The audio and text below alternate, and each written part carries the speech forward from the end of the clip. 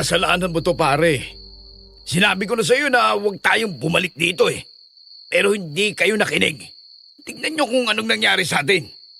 Teka, kung makapagsalita ka, parang hindi mo nagustuhan ang ginawa natin dun sa babae ha. Huwag kang magmalinis, Tiago. Tulungan mo na lang ako mag-isip ng paraan para makatakas tayo. Makatakas? Hindi mo ba nakikita? Nakakadin ang mga leeg natin. Paano tayo makakatakas dito? Hindi na nila tayo paalisin pa rito ng buhay. Dahil sa ginawa natin. Tulungan niyo ako. Ang sigmura ko. Kanina pa kumakalam. Teka, Waldo! Hoy! Pati ba naman ikaw? Ano namang nangyayari sa... Bakit bigla ka na lang naglalaway dyan, Waldo? At bakit titig na titig ka sa sugat ko? Sinasabi ko na nga ba eh. May isa demonyo nga ang herbalistang yon. Yung gamot na pinapainom niya sa atin. May kung anong orasyon yun, Rolly. Mamamatay na tayo rito.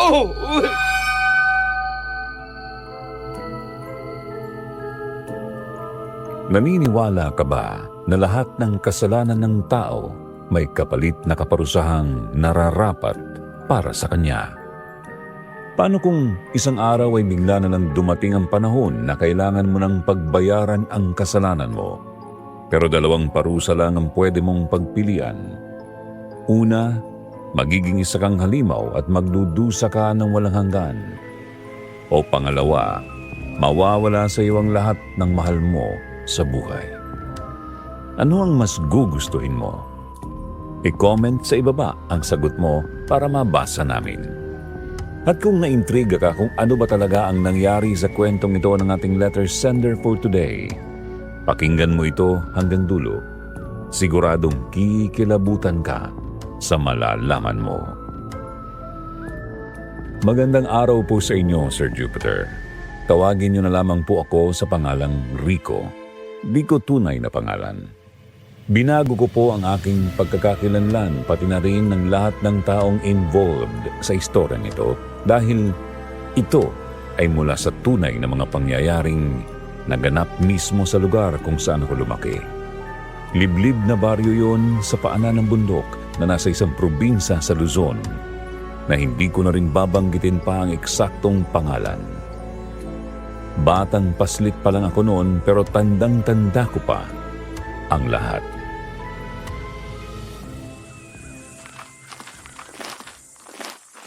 Sabi ko naman kasi sa iyo, Max.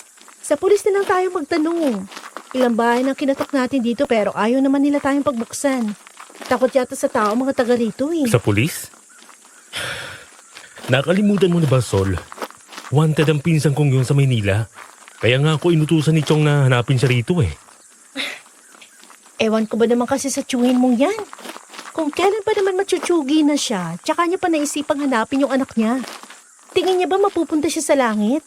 Dahil lang inayos niya ang relasyon nila mag-ama bago siya mawala dito sa mundo? Alam mo, ikaw ang sama talaga ng tabas ng dila mo, no? May taning na ang buhay ni Chong. Siguro gusto niya lang itama ang pagkakamali niya. Isa pa, kami na lang ang natitirang kamag-anak ni Rolly. Kapag nawala si Chong, gusto ko ring makita at makasama siya ulit. Gusto mong makasama ang isang kriminal?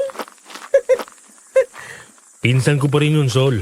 Malay mo naman, kapag nalaman niya may mga kamag-anak pala siyang nagmamalasakit pa rin sa kanya, baka magbago siya. Hay, alam mo, dahil sa'yo, nare-realize ko hindi rin pala maganda kapag masyado ka mabait, no? Aba, sa dami ng kaso nakaabang din sa pinsan mong hilaw sa Maynila, Max. Parang imposible na sa kanya magbago. Alam kong marami nang nagawang kasalanan si Rolly. Pero masisisi mo ba siya? Lumaki siyang walang magulang, Sol. Samantalang, ako tong pamangkin lang pero napag-aral ako ng tatay niya. Gusto ko lang bumawi sa kanila mag-ama. Isa pa, nung bata pa kami, close na close kaya kami nun. Hindi mo kasalanang ikaw ang pinag-aral ng tiyuhin mo. Habang yung sarili niyang anak pinili niyang pabayaan, no? Tsaka wag mong bigyan ng dahilan yung pagiging utak kriminal ng pinsan mo yon. Marami namang ibang batang inabandon na dyan ng sariling magulang. Pero naging successful pa sa buhay. Pinili niyang gawin yung mga ginawa niya kaya kasalanan niya yun. Ay, Huwag na nga nating pagtalunan to. Nandito na rin naman tayo eh. Ituloy na lang natin ang pagtatanong, okay? Ayun, may bahay doon. Tara, kumatok tayo. Tao po? May tao po ba rito? Magtatanong lang sana po kami. Andali! Nariyan na! Hey! Magandang hapon po, Manong. Ah! Sino sila? Parang hindi ko yata nakikilala ang mga mukha ninyo, Iya. Eh, hindi kayo taga rito. Ano? Oo, Manong. Mga dayo ho kami. Magtatanong lang ho sana kami kung... Ay, hindi nyo ba alam na hindi na nagpapapasok ng mga tagalabas ang baryo namin ito? Paano kayo napadpad dito? Masyado na itong malayo sa kabayasnan. Mga turista ba kayo? Nagkatinginan ang dalawang dayo pagkatapos sabihin sa kanila yon ng matandang itago na lang natin sa pangalang Mang Obet, dating kapitan ng baryo namin. Base sa pagkakatanda ko, may hitsura yung lalaki. Guwapo siya, palibhasa kasi tisoy, habang yung kasama niya namang babae maganda sana kaya lang ay nakadamit at gupit panlalaki. Tawagin na lang natin sila bilang sina Max at Sol. Hindi po kami mga turista, Manong. Pasensya na po kayo. Hindi po kasi namin alam na bawal palang dayo rito eh. Ang totoo po kasi niyan, may hinahanap lang po kaming tao. May nakapagsabi po kasi sa amin na dito raw sila nagpunta ng mga kasama niya. Ay, nako, iho. Sigurado ako na kung sino man yung hinahanap mo, ay wala sila rito. Wala namang ibang dayong napapadpad dito sa baryo namin. Bukod sa inyo. Pero, Manong, Ang mabuti pa, umalis na kayo. Subukan niyong maghanap sa ibang baryo. At baka doon napadpad yung mga hinahanap ninyo. Ay hindi kayo pwede dito. Teka nga ho, Manong. Nagtatanong lang naman ho kami ng maayos eh. Bakit pa parang pinagtatabuyan niyo naman ho kami masyado? Ay, hindi naman sa ganun, Iha. Kaya lang. Tay Obet, sino ho sila? Sabay-sabay na napalingon ang tatlo nang bigla na lang may magsalitang boses ng dalaga sa likuran ni Mang Obet. Nang mapadako rito ang tingin ng dalawang dayo, halos sabay pa silang pinanlakihan ng mga mata. Halatang pareho silang nagulat nang makita ang taglay na ganda ng dalagang si Carmela. Kahit na ng mga sandaling yon ay natatakpan ng belo ang kalahati ng mukha nito, halatang halata pa rin nilang napakaganda ng dalaga. Kutis porselana ito at mukhang Diyosa. Pero halata nila na parang may mali sa dalaga. Takot na takot ang mga mata nito habang titig na titig sa kanila. At nanginginig itong nagtago sa likuran ni Mang Obet. Natauhan lang sila nang sadyaing umubo ng matanda para kunin ulit ang kanilang atensyon.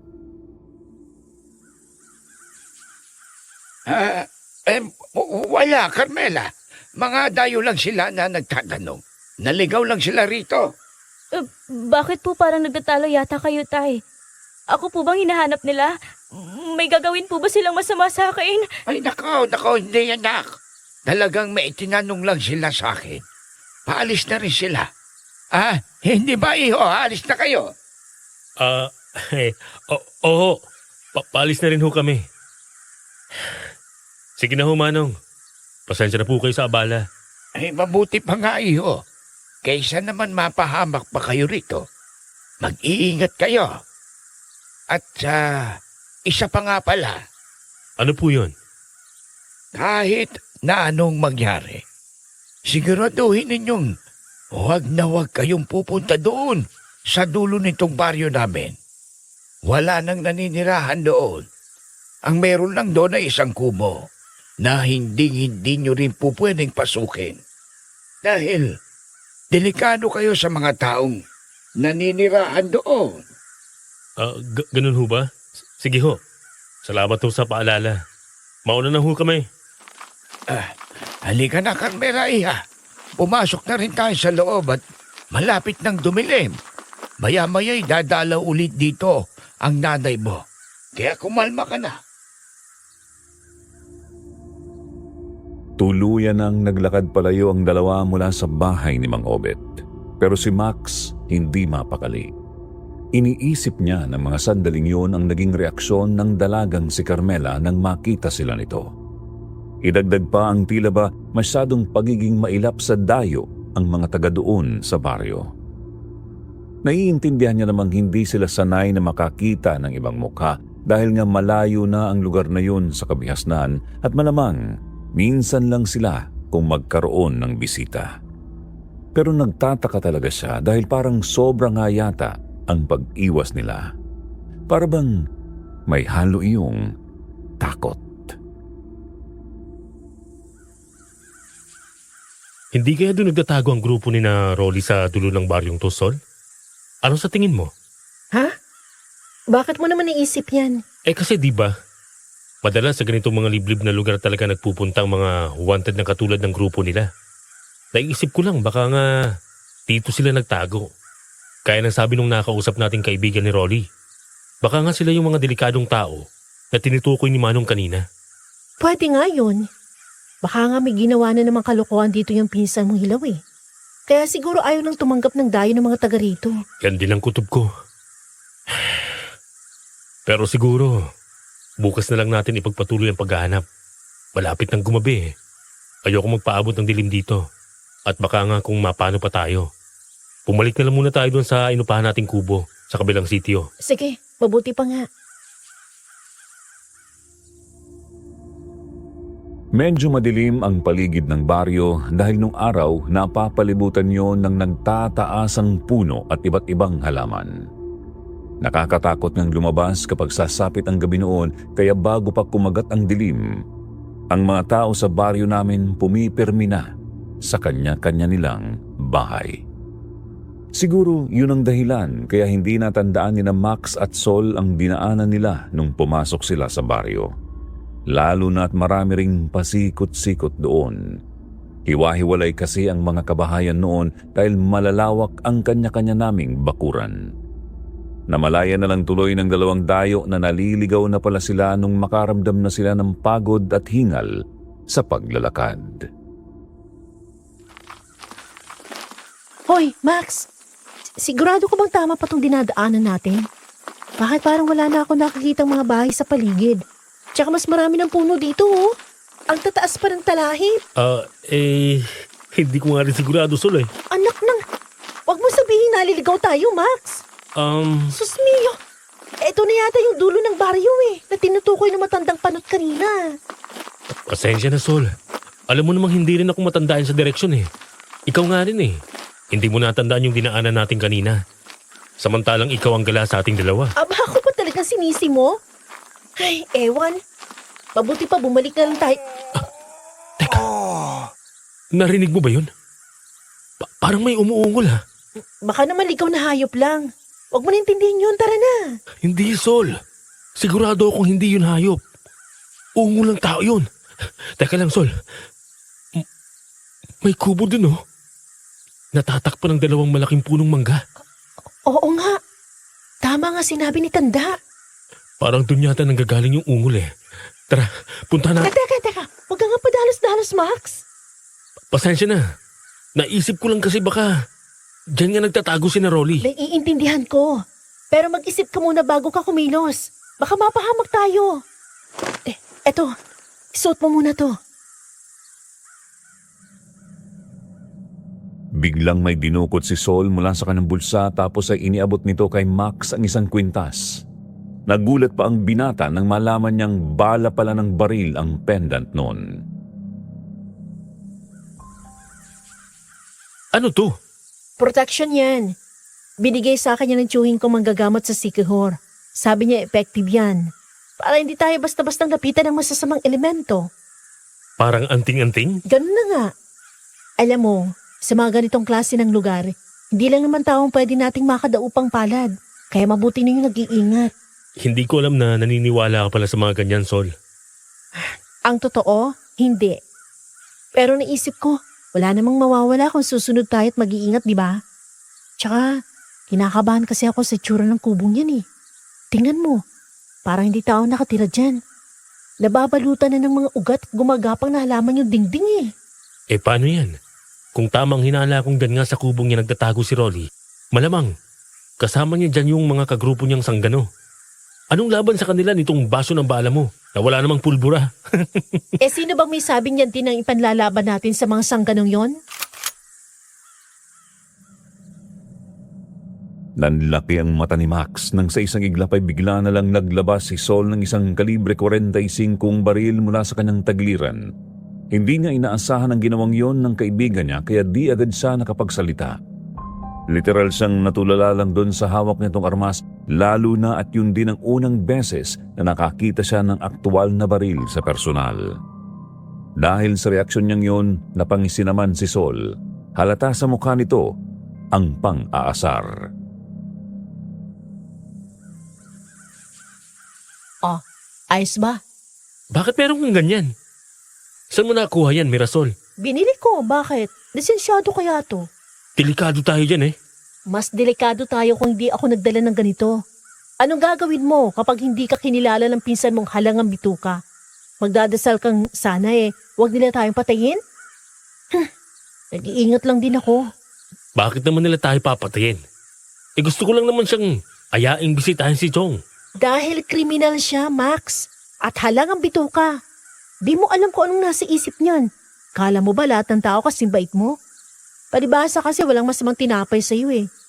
Ano na lang kaya ang gagawin mo kapag wala ako? Ay, oo na, oo na. Tara na nga lang. Hinila na ni Sol si Max palapit doon sa weirdong kubong namataan nila sa di kalayuan. Weirdo dahil gaya nga ng sinabi ni Sol, kakaiba ang itsura nun. Yung paligid kasi ng kubong yun napapalibutan ng iba't ibang halamang gamot at halamang ugat na ang karamihan ay gumagapang na nga sa mismong haligi at dingding. Bukod pa doon, kakaiba rin ang bakod na nakapalibot doon dahil imbis na sa kawayan o simpleng kahoy ay gawa iyon sa matitinik na baging. Nagmumukha tuloy iyong kulungan na parabang bawal mong basta-bastang pasukin. At dahil bilog na bilog ang buwan ng panahong yon, kahit nakalulubog pa lang ng araw, lalo iyong nakadagdag sa pagiging nakakatakot ng nasabing lugar. Hindi tuloy mapigilan ni Max na kilabutan.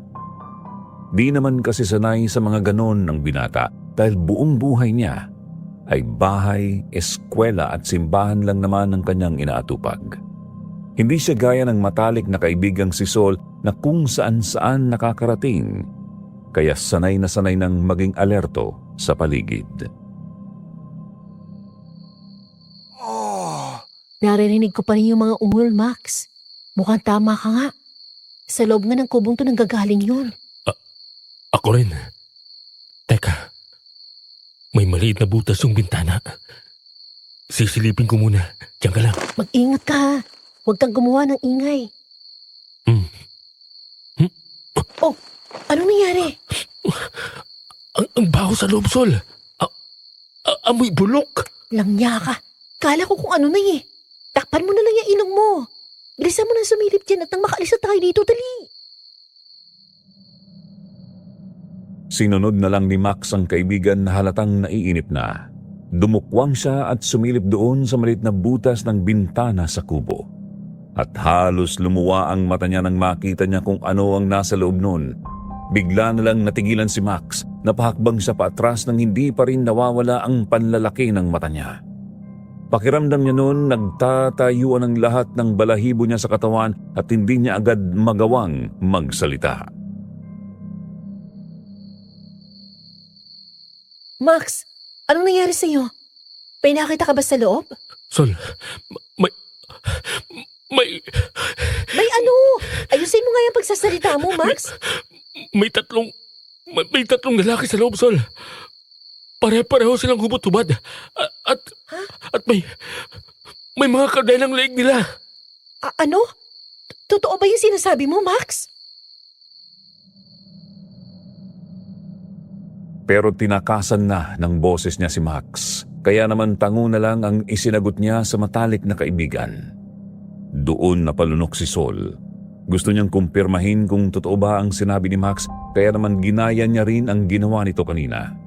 Dumukwang siya at sumilip sa butas ng bintana pero agad din siyang napaatras. Dahil pagsilip niya doon, kitang-kita niya yung 3 lalaki na pare-parehong nakatingin sa kanilang direksyon. Nakanganga ang kanilang mga bibig at mula doon ay tumutulo ang malapot at masagana nilang laway. Di niya rin nagustuhan ang itsura ng mga ito. Wala nga silang suot na kahit na anong saplot sa katawan. Ang mga balat nila tadtad ng latay at sugat na parabang mga nabubulok na, pero bukod doon, may napansin pa si Sol na talagang mas nagpakilabot ng matindi sa kanya. Diyos ko, Max! Yung isang lalaki sa loob. Si Rolly yun, di ba? Yung hinahanap mong pinsan? Yung nasa litrato na pinakita mo sa akin? Oo, Sol. Si Rolly nga yun. Pero bakit parang tulala sila at mga wala sa sarili? Sino may gawa nito sa kanila? Hindi ko alam, Sol. Pero, kailangan natin silang iligtas. Lika, samahan mo ko. Kalagan natin sila. Ano? Paano kung biglang bumalik yung gumawa nito sa kanila? Tumawag na lang tayo ng polis. Baka mapahamak pa tayo rito. Hindi ko pwedeng pabayaan ang pinsan ko, Sol. Wala na tayong oras. Gustong magalit ni Sol noon kay Max pero hindi niya magawa. Sa totoo lang, naiintindihan naman niya kung bakit gano'n na lang ang pagmamalasakit no sa pinsan. Naaawa si Max kay Rolly. Bata pa lang kasi sila nang maghiwalay ang mga magulang nito dahil nahuli ng tiyuhin niya na may kalaguyong ibang lalaki ang ina ni Rolly. Dahil doon, nagkaroon tuloy ng isyu kung tunay ba talagang anak ng tiyuhin niya si Rolly. Yun ang dahilan kaya kalaunan ay pinutol na nito ang suporta sa mag-ina. Siguro dahil na rin sa pangungulila ay mas ibinuhos ng tiyuhin niya ang atensyon nito kay Max. Pinag-aral siya ng tiyuhin, binigyan ng maganda at masaganang buhay. Habang si Rolly lumaki sa hirap kasama ang ina nito. Pakiramdam ni Max, kinuha niya ang buhay na para sa pinsan kaya ito napariwara. Kaya nga gusto niyang bumawi. Kung ayaw mo, ako na lang ang papasok sa loob, Sol. Magbantay ka na lang dito sa tapat ng pintuan. Kakalagan ko lang sila. Sabihan mo na lang ako kapag may paparating. Pero, Max! Sige na, Sol. Nakikiusap ako sa'yo. Hindi ko pwedeng pabayaan dito si Rolly. Nakakaawa ng lagay niya. Sige na. Pero bilisan mo, ha? Hindi magandang kutob ko sa lugar na to, eh. Rolly! Diyos ko po, ang pinsan ko. Ang baho sa loob, Max! Mukhang dahil yun sa mga nagkalat na patay na daga. Diyos ko, Max! Sa itsura ng 3 yan, sigurado ako malaking galit sa kanila ng kung sino man nagkulong sa kanila rito. Ano kayang ginawa nila para parusahan sila ng ganyan? Kahit ano pa yun, hindi dapat nila ginawa to, Sol. May tamang parusa sa mga taong nagkasala. Hindi dapat nila inilagay ang batas sa sarili nilang mga kamay. Hindi kinaya ni Sol nang makita niya ang sitwasyon sa loob ng kubo. Matapos buksan ni Max ang pintuan. Nagkalat sa sahig ang lasog-lasog na katawan ng mga patay na daga, ganun din ang mga dumi ng tao. Maputik sa loob, mapanghi at nakakasulasok ang halo-halong amoy doon. Nang makita sila ng 3 lalaki agad na napaatras sa mga ito, bigla silang nanginig at halatang takot na takot. Pero sa kabila noon, napansin ni Sol na may kung anong kakaiba sa mga mata ng 3. Lalo pang tumulo ang laway sa mga bibig nila na parabang nakakita sila ng masarap na putahe sa kanilang harapan. Wala sa loob na napahigpit tuloy ang hawak ni Sol sa dala niyang baril. Max, mag-iingat ka sa paglapit sa kanila. Parang wala na yata sila sa katinuan, eh. Natural lang yan sa mga taong nakaranas ng trauma, Sol. Kaya diyan ka lang. Kakalagan ko na sila. Rolly, hindi mo ba ako nakikilala? Ako to, si Max. Pinsan mo ako. Kakalagan kita. Pakakawalan kita rito. Huwag ka mag-alala. Max, huwag ka masyadong lumapit sa kanya, ha? Para kasing gusto kanya sunggaban bigla, eh. Pati yung 2 kasama niya, tingnan mo, oh. Ang sama ng tingin nila sa'yo. Huwag ka mag-alala, Sol. Dadalhin agad natin sila sa bayan. para magamot pagkatapos ko silang... Max! May mga paparating! Bilisan mo na dyan, dali! Sandali! Ayaw mo buksan itong lock eh. Nanginginig na ang kamay ni Max habang pinipilit niya pa ring buksan ang padlock na nakakabit doon sa kadenang nasa leeg ni Rolly, gamit ang isang maliit na kawad na ginamit ding pansara ng bintana. Samantalang si Sol naman natarantana nang makita niya sa di kalayuan ang figura ng isang babae at isang lalaki na naglalakad papalapit sa kubo. Matangkad ang lalaki, malaki ang bulto ng pangatawan nito, kaya kitang-kita na ito ni Sol kahit sa malayo pa lang. Pero may kakaiba sa paraan ng paglalakad nito. Iika-ika ito na parang pilay, kaya mabagal lang ang pag-usad. Ganun pa man, hindi pa rin niya mapigilang mataranta, kaya panay ang pangungulit niya kay Max na bilisan na ang ginagawa nito. Mabuti na lang makalipas pang ilang saglit, nabuksan na sa wakas ni Max ang padlock, pero ganun na lang ang gulat nila nang bigla siyang sunggaban ni Rolly. Rolly! Bitiwan mo ako! Ano? Ako to! Max! Mag-iingat ka! Sabi ko naman kasi sa'yo eh. Parang kanina ka pa niya gustong sunggaban. Buti na lang nabitawan ka niya. Parang napaso yata siya ng mahawakan niya tong kwintas, Sol. Tingnan mong kamay ni Rolly. Biglang umusok. Oo nga no. Akala ko ba, pangontra lang to sa masasamang elemento. Eh bakit pati si Rolly? Mamaya ka na magtanong, Max. Kailangan na natin makaalis dito. Nandiyan na sila. May dalang mahabang baril yung lalaki. Sige, Rolly, halika na. Ano ka ba, Max? Kapag hindi tayo nakaalis dito kaagad, hindi lang si Rolly mapapahamak, kundi pati tayo. Kaya iwan mo na muna siya, tara na. Nang hilahin ni Sol ang braso ni Max, wala nang nagawa pa ang binata kundi ang sumunod sa kaibigan. Nagtatakbo sila palayo sa nasabing lugar bago pa sila abutan ng mga taong bumihag at nagkulong kay Rolly, pati na rin sa dalawa pa nitong kasamahan. Ni ang lumingon doon sa kubo hindi na nila ginawa, basta tumakbo na lang sila ng tumakbo hanggang sa makalayo na sila. Sa kakatakbo nilang yon, hindi na nila namalayan pang nakarating na pala sila sa bukana ng baryo. Sa wakas, nahanap din nila ang daan palabas. Doon lang sila nakaramdam ng ginhawa kahit papaano, pero habol-habol pa rin nila ang kanilang paghinga.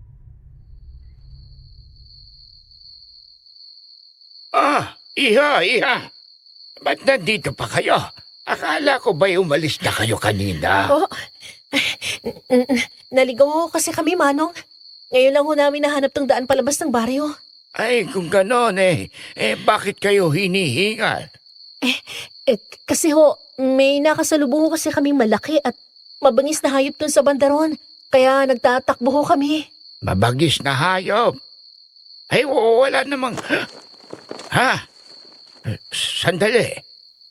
Huwag niyong sabihin nakarating kayo sa dulo nitong baryong ito. Hindi ho, Ang dilim mo kasi nagdaan, Manong eh. Hindi nga ho kami nakalayo. Nandiyan lang ho kami sa malapit, paikot-ikot. Baka naligaw lang ho yung hayop na yun. Manong, mag-iingat din ho kayo, ha? Naku.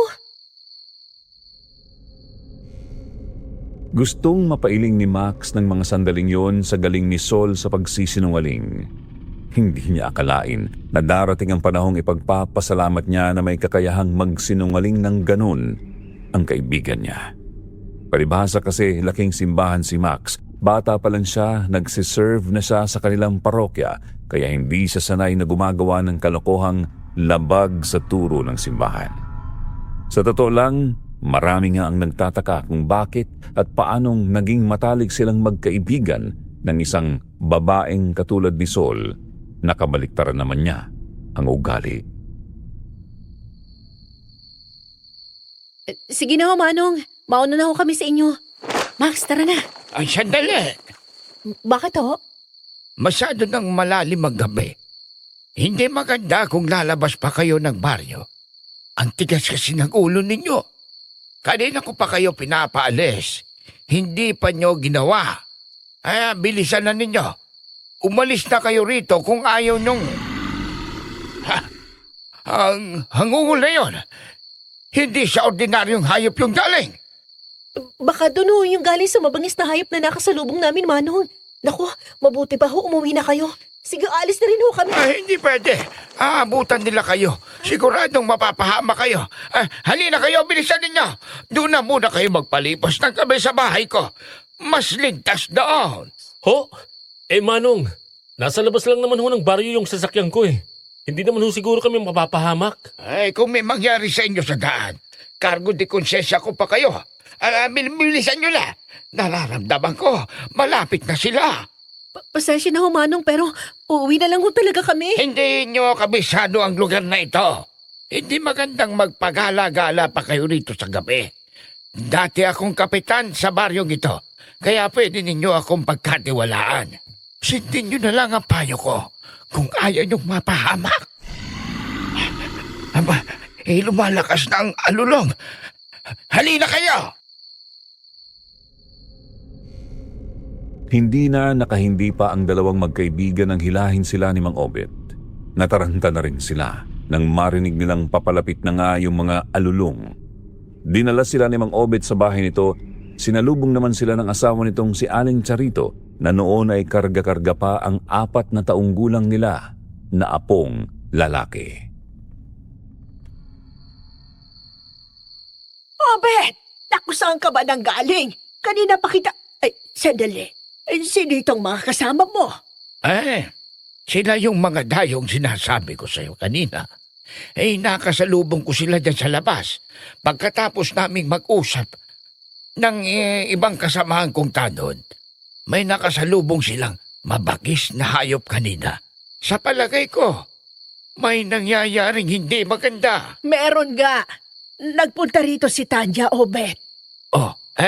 Ano daw ang sadya niya? May ibinalita siya sa akin. Kailangan nating mag-usap.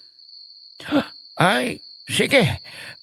Pumasok ka sa kwarto at antayin mo ako. Sikasuhin ko lang saglit itong mga bisita natin. Hindi na umangal pa si Aling Charito. Agad nitong sinunod ng sinabi ng asawa, habang si Mang Obet naman ay hinarap ulit sina Sol at Max. Nagpaalam lang itong papanik muna sa kanilang kwarto at sandali silang iiwan sa salas, pero babalik din ito kaagad. Pagkalis ni Mang Obet, inilibot ng dalawa ang paningin nila sa bahay. Medyo malawak yun, presko at maaliwalas pa rin kahit halatang luma na, dahil ang kabuuan nun ay yari sa matibay na kahoy. Damang-dama rin nila ang probinsya dahil na rin sa malakastilang estilo ng bahay. Magandang gabi sa inyo. Iutusan ako ni Tatay Obet na dalhan kayo ng maiinom. Magkape po muna kayo. Nako, salamat sa iyo, miss. Walang anuman. Oo, bakit nagulat ka? Pwede pong pakisabi sa kasama mo na huwag niya akong titigan. Hindi ako komportabling tinitingnan ako ng lalaki. Ha? Hoy Max, ano ka ba? Baka pasukin na langoy ang bibig mo. Nakanganga ka pa dyan. Ha? Miss, pasensya ka na dito sa kaibigan ko ha. Ngayon lang nakakita ng maganda to eh. Carmela na lang itawag mo sa akin. Sige, doon muna ako sa kusina. Tawagan niyo na lang ako kapag may kailangan kayo. Bababa na rin si Tay Obet maya-maya. Oo, sige. Salamat ulit ha. Kakamot-kamot si Max sa ulo ng ismeransya ni Sol. Samantalang si Carmela naman, mabilis silang tinalikuran at umalis ng nakayuko, habang pilit itong itinatago ang sariling mukha gamit ang suot nitong belong puti. Pero sa totoo lang, hindi naman masisi ni Sol ang kaibigan. Sobrang ganda naman talaga ni Carmela. Mukha talaga itong Diyosa o isang anghel na bumaba sa lupa. Kutis pa lang nito para ng labanos sa puti at kinis. Natural pang mapupula ang labi habang ang pisngi ay natural na mamula-mula kahit pa hindi pa nila nakikita ang buong mukha nito. Wala siguro lalaking hindi matutulala sa ganda nito.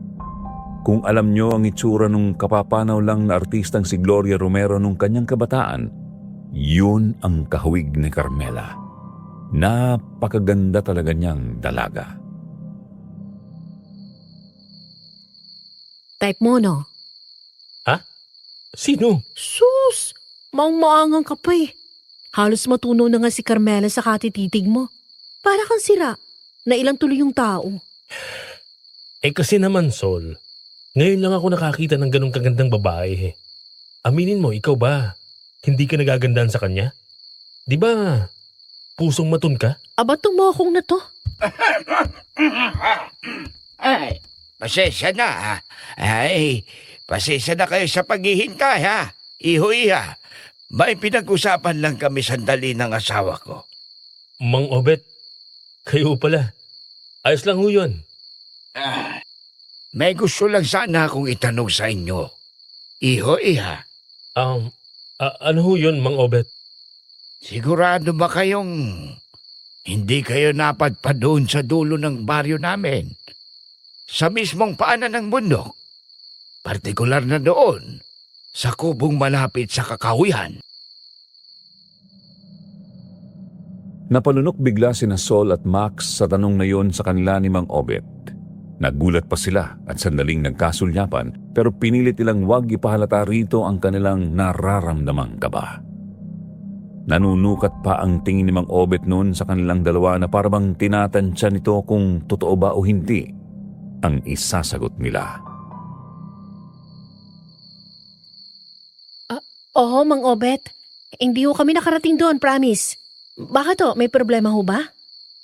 Ay, pinasok ang kubo ng kaibigan kong nakatira doon sa dulo ng baryo. At sigurado akong hindi maganda ang kalalabasan ng pagyayaring yun. Kaya kung may alam kayo, gayon pa lang, sana'y magsalita na kayong dalawa. Para... Pinagbibintangan niyo ho ba kami, Manong? Sol, ano ba yung tanong mo? Hindi naman siguro ganun ang ibig sabihin ni Mang Obet. Hindi eh. Para kasi may laman yung tanong niya sa atin. Uy, nasa pamamahay nila tayo. Ano ka ba? Kung pinatuloy lang niya tayo rito para pagbintangan, ba't hindi na lang tayo umalis? Alam mo, mabuti pa, tara na. Maaga pa naman eh. Di pa naman siguro tayo aabuti ng hating gabi sa daan. Ka na. Teka, Sol. Sandali. Pasensya na kayo sa paraan ng pagtatanong ko. Sadyang hindi lang talaga maganda ang sitwasyon. Huwag na kayong lumabas. Dito na kayo magpalibas ng gabi. Delikado. Napabuntong hininga na lang si Mang Obet nang makitang hinablot na ni Sol ang braso ni Max para hilain palabas ng bahay nito. Sa totoo lang, hindi naman talaga galit si Sol noon sa pagtatanong sa kanila ni Mang Obet. Gumawa lang talaga siya ng paraan para makaalis na sila doon sa lugar na yon dahil kanina pa niya nararamdamang parang hindi na siya komportable sa paligid. Di niya alam kung bakit ang bigat-bigat ng pakiramdam niya na parang may nakaamba sa kanilang panganib. Sadyang hindi niya lang talaga maipaliwanag kay Max kung ano yon kaya nananahimik na lang siya at baka hindi rin naman ito maniwala. Hindi na ho, Mang Obet. Baka ho mas makakabuti kung uwi na lang ho talaga kami. Makinig ka sa akin, Iha. Hindi biro ang nakaambang panganib sa paligid ngayon. Masyadong delikado sa labas. Ano bang ibig niyong sabihin, Mang Obet? Ano bang nangyayari? Hindi ba at may nakasalubong kayong malaki at mabangis na hayop kanin nyo kanina? Oo. Anong meron doon? Isang kabaryo namin ang nakakita roon sa hayop na yon. Kaya ngayon, nagro-ronda na ang mga tanod para mapanatiling ligtas ang mga tao rito. Maigpit nilang pinapayuhan ng lahat na huwag nang lalabas at manatili ng nasa loob ng bahay hanggang bukas ng umaga. Kapag maliwanag na ang sikat ng araw, saka na lamang kayo umuwi. Ho? Teka, Sol. Paano nangyari yun? Di ba, imbento mo lang yun? Ang mabuti pa, ihahatid ko na kayo sa tutulugan ninyo. Ayos lang naman sa inyong magsama sa isang kwarto, ano? Mukha namang malapit kayo sa isa't isa. Oo, Manong. Salamat ho. Nakakaya ho sa inyo. Hindi na nakapengol pa ang dalawa Si Sol kasi nahulog na sa malalim na pagtataka kung paanong ang kasinungalingan niya noon parang bigla yatang nagkatotoo. Inihatid nga sila ni Mang Obet sa isang kwarto sa ikalawang palapag ng bahay. Sumunod sa kanila ang asawa nitong si Aling Charito na napansin nilang parang balisa at hindi mapakali sa sarili. Iho, iha, bago niyo isara yung pinto, ang mabuti pa'y isabit niyo itong isang bungkus ng bawang dyan sa bintana ng kwarto. Protection lang ba? Para tayo makasiguradong masarap ang tulog niyo ngayong gabi. Protection ho para saan? Basta sundin mo na lang ako, iho. Ganito kasi talaga rito sa probinsya. Maraming mga pamahiin. Kaya wag na kayo magtanong pa, ha? O sige na, ako'y magsasabit pa dito sa ibang parte ng bahay. Ay, grabe. Ang weird na mga tao rito, no? Paano naman naging weird? Hindi ka lang talaga sanay sa buhay probinsya. Kaya mo nasasabi yan eh. Anong hindi? Di ba nga sabi ko sa'yo, taga-siki horang tiyuhin ko? Sa kanya pa nga galing yung anting-anting na binigay ko sa'yo eh. Palagi kaya akong umuwi sa kanila. Kung sa bagay. Pero may iba ako, Max. Ano kaya nangyari sa pinsan mo? Nahuli kaya siya ulit ng malaking mama at ng babaeng nagkulong sa kanila sa kubo? Yan nga ang isa pang inaalala ko, Sol eh. Pero sana naman nakatakas siya. Bala ko siyang balikan bukas. Na may kasama na ako mga pulis. Oh, akala ko ba ayaw mong mahuli ng parak yung pinsan mo? Na-realize ko lang kanina. Mas mabuti pa lang mahuli na lang siya ng pulis kaysa naman mapatay siya ng mga nakakaaway niya. At least dun, kahit papaano, alam namin kung saan siya pupuntahan. At masisigurado naming buhay siya. Hay, edi sana. Ganun na lang yung ginawa natin nung una pa lang para hindi na nagkanda leche-leche itong lakad natin. Ikaw naman. Hindi ba pwedeng ngayon ko lang napagtanto ng mabuti ang sitwasyon ng pinsan ko? Sorry na, tao lang. Oo na, oo na. Alam mo, matulog na lang tayo. May tao yata sa labas ah. Mang Obet? Aling Charito? Si Tanya ho ito. Natigilan sa pagsasalita si Sol ng mga sandaling yun nang makarinig sila ng sunod-sunod na katok mula sa labas ng bahay. Nagmamadali ang boses na narinig nila kaya naman minabuti ni Max na lumapit sa bintana ng kwartong yun para sumilip. Agad na nanlaki ang mga mata niya nang makita kung sino ang nasa labas ng pintuan ni Mang Obet. Oh, bakit para kayata nakakita ng multo, Max? Nalalaki ang mata mo. Sol, Ano nga? yung mga taong bumihag kina Rolly. Oh, Nasa labas sila. Ha? Kausap ni Mang Obet. ano? Dali-daling tumakbo si Sol at sumilip din sa bintana para kumpirmahin ang sinabi ni Max. Talagang nanlaki nun ang mga mata niya, Sir Jupiter. Nandoon nga yung dalawang taong nakita nila sa dulo ng gubat. Pinagbuksan sila ni Mang Obet ng pintuan at nakikita niyang mukhang malapit ang mga ito sa isa't isa dahil sa paraan ng pag-uusap nila. Dahil doon napaatras si Sol at napahawak sa haligi sa bandang paanan ng kama. Nakaramdam kasi siya ng panghihina ng tuhod at pakiramdam niya noon, mabubuwal siyang bigla sa kinatatayuan niya. Ayos ka lang ba, Sol? Mukha ba akong ayos? Diyos ko, Max. Paano ko alam na ng mga yun na tayo nagpakawala doon sa pinsan mo? Baka hindi na tayo makaalis dito ng buhay. Huwag kang maglala, Sol. Hindi ko hayaang may mangyari masama sa'yo rito. Pero, wag muna tayong magpanik hanggat hindi natin ako kumpirmang may alam nga sila, okay? Hindi mo ako masisisi, Max. Sinabi ko naman sa'yo na hindi magandang kutob ko sa lugar na to, di ba? Tigas kasi ng ulo mo eh. Ay, oo na, oo na. Kasalanan ko na nga, di ba? Nagkamali ako. Pero tapos na yun. Hindi makakatulong sa atin kung magsisisihan pa tayo rito. Ang mabuti pa, umisip na tayo ng paraan kung paano tayo makakalabas ng buhay dito. Saglit na nag-isip ang dalawa. Nagparoot parito pa si Max hanggang sa maya-maya pa ay bigla na lang siyang napatitig sa bintana ng kwarto. Kumalabog ang dibdib niya sa kaba dahil sa isang bagay na biglang pumasok sa isip niya. Pero napagtanto niya na wala namang ibang paraan kundi iyon. Bakit ganyan ang tingin mo, Max? Ano iniisip mo, ha? Sol, sa tingin mo ba kapag tumalon tayo dito sa bintanang to, mabubuhay pa tayo?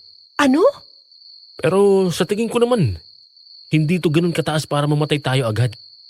Siguro masusugatan lang tayo, pero mas maigi na yon kaysa naman pasukin nila tayo rito at mamatay tayo nang walang kalaban-laban. Max, ano ba sinasabi mo? Tumalon tayo dito sa bintana, Sol. Para makatakas tayo. Nakita ko, pinapasok ni Mang Obet yung mga taong dumukot kay Rolly. Hindi na talaga tayo ligtas dito. Ihanda mo rin ang baril mo.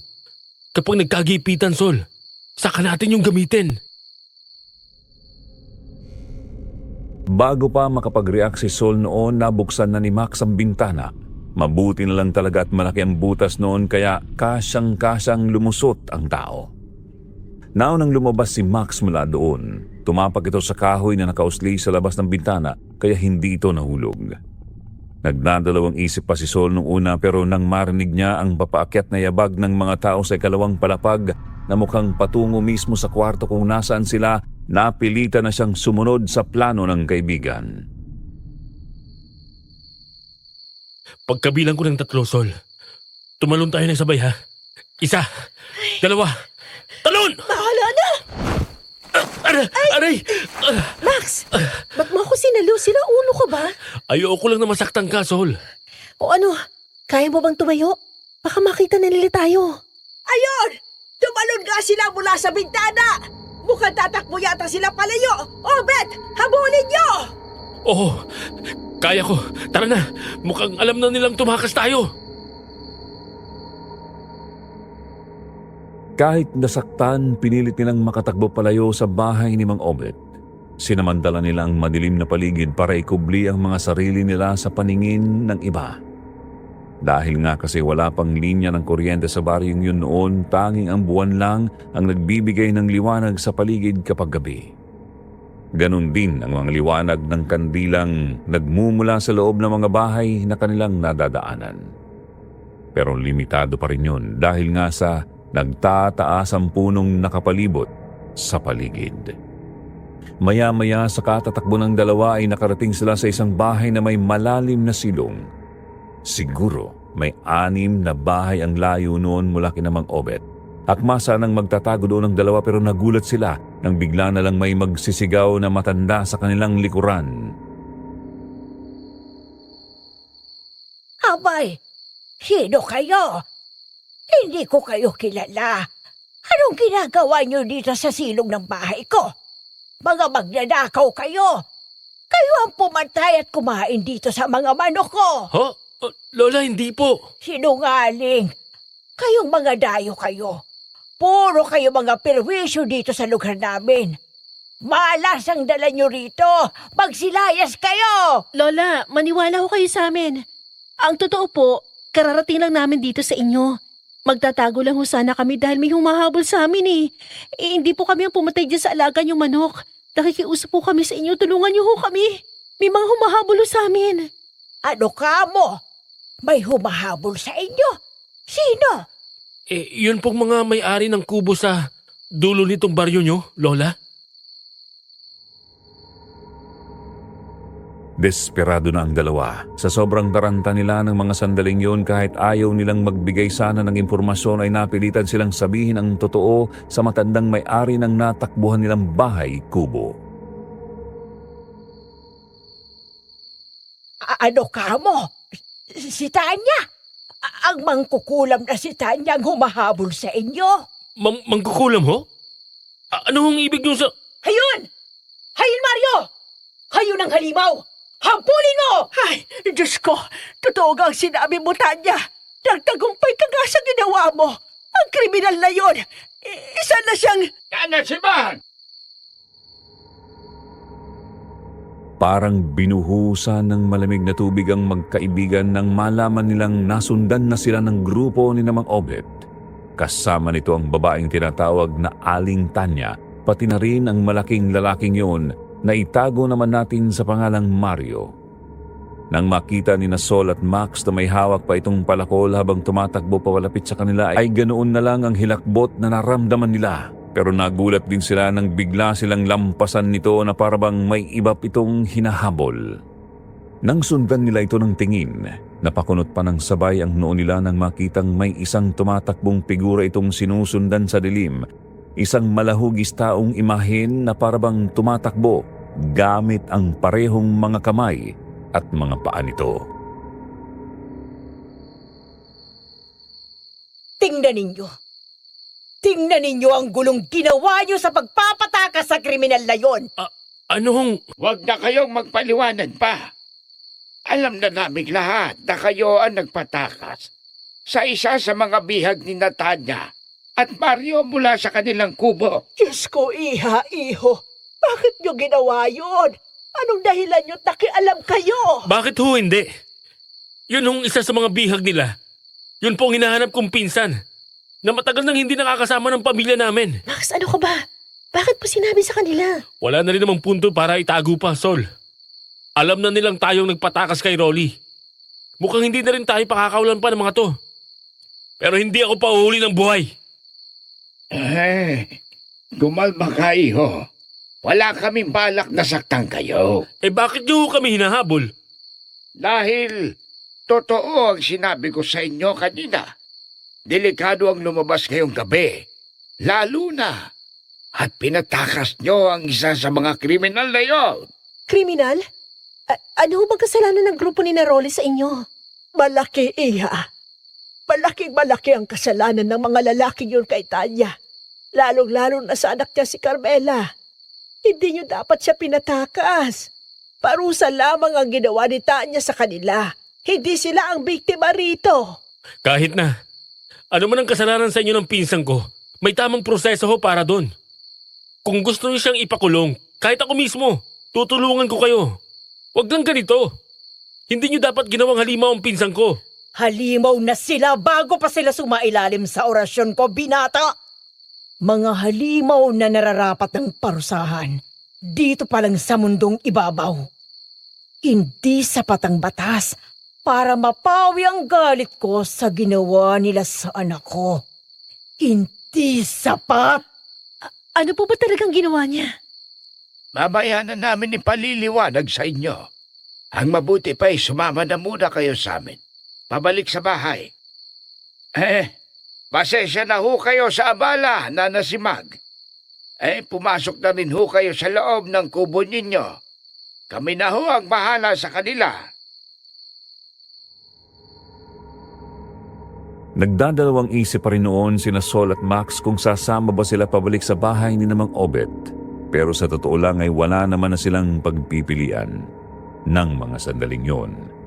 Bukod sa wala naman silang matatakbuhan, sigurado si Sol na hindi rin sila makakalayo dahil iika-ikang maglakad si Max. Mantakin ba namang sinalo siya nito nung tumalon sila sa bintana? Pero nagulat si Sol nung bago sila maglakad ay naramdaman niyang hinawakan ni Max ng mahigpit ang kamay niya na parabang pinakakalma siya nito. Nahigit niya bigla ang paghinga niya dahil parang huminto saglit ang pagtibok ng kanyang puso. Pagdating nila kina Mang Obet, sinalubong agad sila ni Carmela. Tumatakbo itong lumapit sa kanila at dumiretso ng yakap sa ina nitong si Aling Tanya.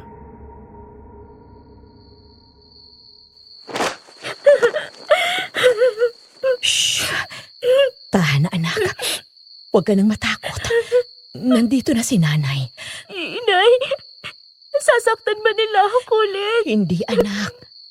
Hindi ako papayag na magawa ulit nila sa iyo ang kahiyupang yun. Ipinapangako ko sa iyo. Pagdurusahan nila ang lahat ng ginawa nilang kasalanan sa iyo. Sisiguraduhin kong hihilingin nilang sana'y mawala na lang sila dito sa mundo.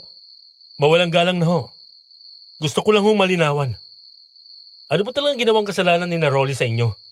At ganyan na lang ho kasidhi ang galit nyo sa kanila. Maupo tayo, iho. Ipaliliwanag ko sa inyo ang lahat. Ganun na nga ang ginawa nila.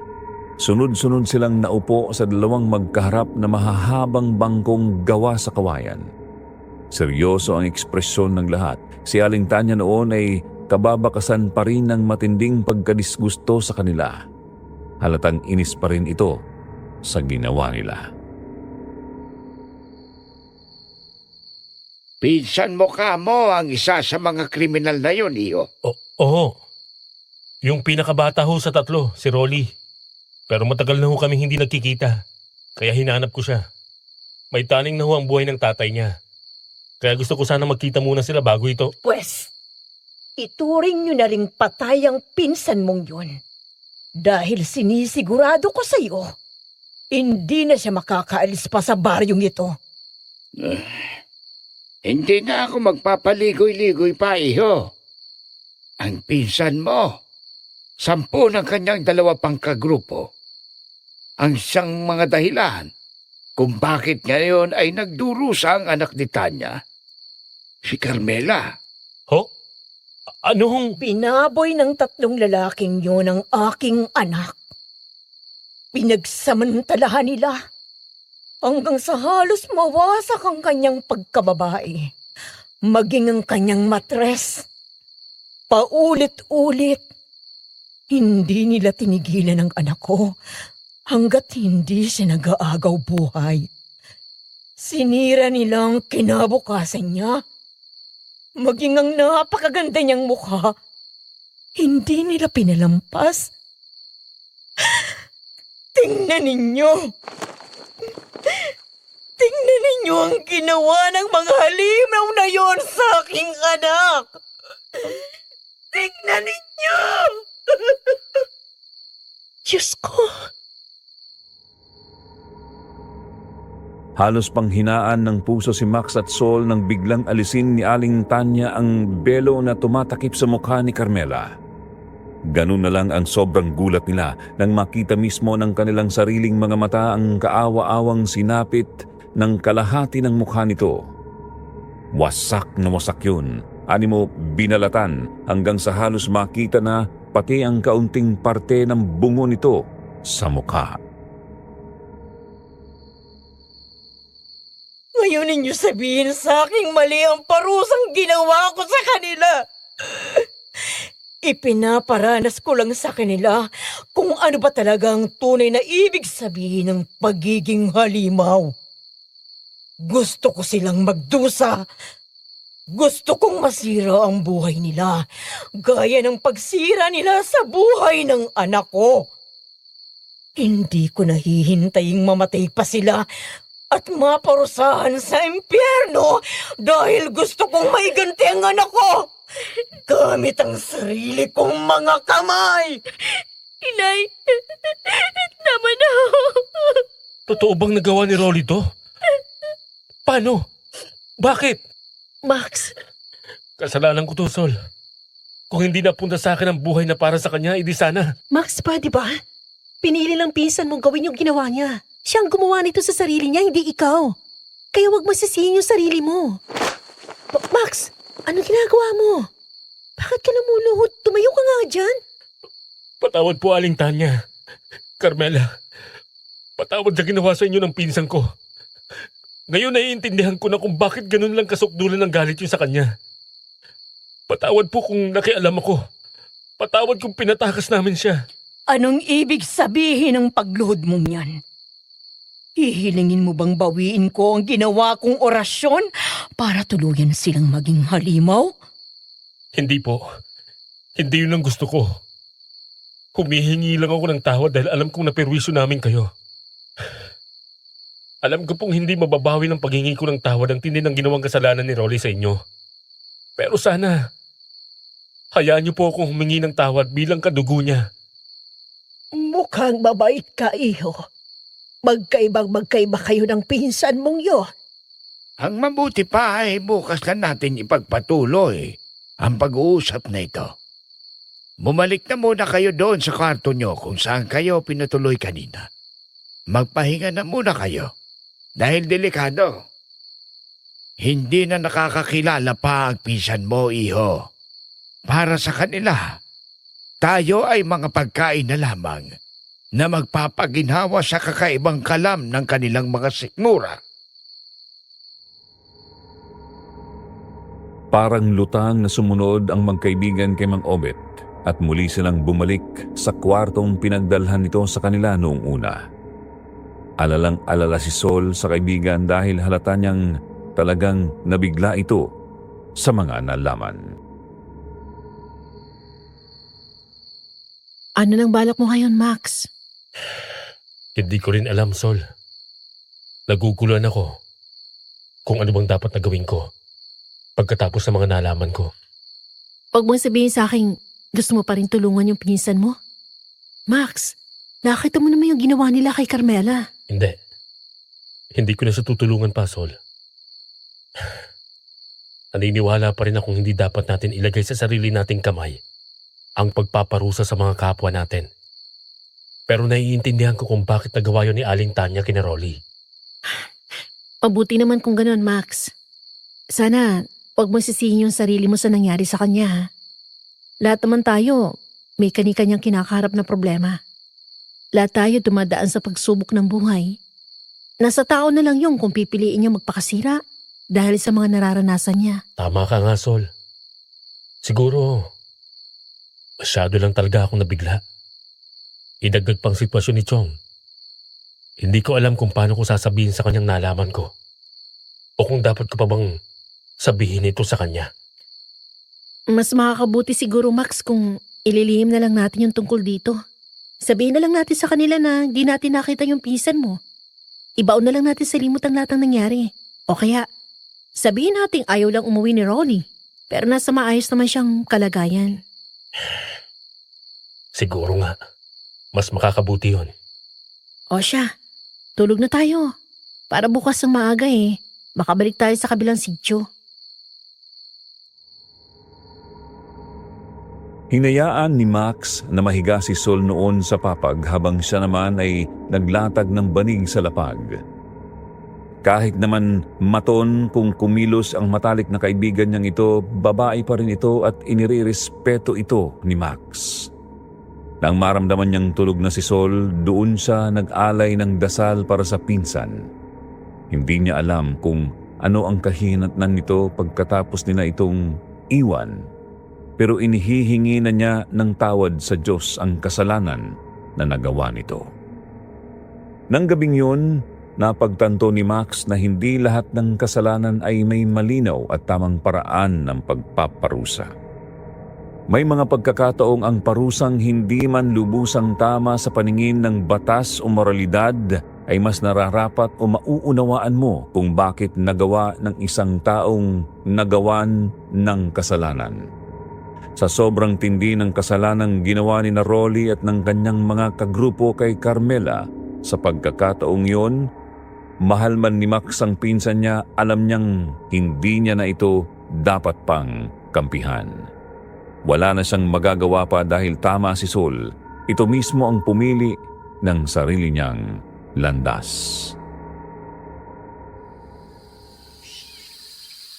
O, paano? Hahayaan na namin kayong humayo. Maraming salamat ho sa inyo, Mang Obet. Pasensya na rin ho sa abalang nagawa namin. Ay wala na yun, iho. Naiintindihan namin kung bakit ninyo nagawa yun. Kaya lang, sana'y totoong nauunawaan ninyo rin kung bakit ganito ang paraang pinili namin para parusahan ang mga nagkasala sa amin. Iho, makakaasa ba kami na tuluyan nyo nang ipapaubaya sa amin ang pinsan mo? Oo, Mang Obet. Wag ko kayo maglala. May isang salita ho ako. Ay, kung ganon, mag-iingat kayo sa biyahe. Teka, nasaan na nga pala yung kaibigan mo? May naiwan lang ho siyang gamit sa itaas. Binalikan niya lang ho saglit. Pababa na rin ho siguro yun. Si Sol! Sabay-sabay silang napalingon sa bintana ng kwartong tinuluyan ni Max at Sol nang nagdaang gabi. Mula sa labas ng bahay, isang putok ng baril ang malakas na umulingaw-ngaw galing doon. Kasunod ng malakas ding sigaw ni Sol dahil doon dali-daling napakaripas ng takbo si Max paakyat. Wala nang pakialam si Max kahit hingal na hingal siya. Nang marating niya sa wakas ang tapat ng kwarto kung nasaan si Sol ay basta na lamang niyang tinadyakan ang pintuan noon at ganun na lang ang gulat niya nang maabutan ang nangyayari. Si Sol kinukubabawan ni Rolly na noon ay nakangisi ng malawak habang tumutulo ang malapot nitong laway mula sa sarili nitong bibig. Pulang-pula ang mga mata ni Rolly at ang maitim na ugat ay gumapang na sa kanyang mukha, pero hindi iyon ang nakapagpagulat ng husto kay Max, kundi ang katotohanang nakatutok sa dibdib ni Sol, ang mahahabang kuko ni Rolly na tila ba handa na itong patayin ang matalik niyang kaibigan. Lumayo ka sa akin, hayop ka! Sol! Max! Si Rolly! Rolly! Lumayo ka sa kanya! Kaibigan ko si Sol! Huwag mo siyang sasaktan! Hindi na nakakakilala yan, iho. Diyos ko! Huwag na tayong basta lalapi. Diyos ko, Obed! Tawagin mo si Tanya! Sabihin mo na dito ang demonyo! Rolly, ako to! Si Max! Yung pinsan mo! Nakikiusap ako sa'yo. Huwag mong saktan si Sol! Kaibigan ko! Ano akala mo sa akin, stupido? Kilala kita. Nakikilala mo ako? At bakit ko naman hindi makikilala ang taong umagaw ng lahat sa akin? Rolly, anong... Pasalamat ka't kinailangan kong tumakas kagabi. Dahil kung ninabot kita, kagabi ko pa ninanamnam ang laman mo. Ikaw ang may kasalanan kung bakit ako napunta sa sitwasyong ito. Ikaw at ang tatay kong walang kwenta! Hindi makapaniwala si Max sa narinig niya kay Rolly ng mga sandaling yun. Hawak-hawak pa rin nito ang magkabilang balikat ni Sol at idinidiin yon sa sahig upang hindi ito makatakas, pero nakatuon ang galit na mga mata nito sa kanya. Rolly, makinig ka! May taning na ang buhay ni Chong. Hinahanap ko... Hayaan mo na yon, insan. Magkikita rin kami ng tatay kong yon sa impyerno. Sa ngayon, ikaw muna ang pagtutuunan ko ng pansin. Ikaw at ang mga tao sa walang kwentang baryong ito na nagpahirap sa akin. Mabuti na lang at ikaw na mismo ang lumapit sa akin. Sinabi ko lang lumayas kasi ibabaw ko, demonyo ka! Sol! Tayo! Mabuti na lamang at nakakuha ng pagkakataon si Sol at nabaril niya si Rolly sa dibdib. Tumagos ang bala mula sa katawan nito papuntang kisame, kaya naman napatayo rin ito mula sa pagkakakubabaw sa kanya.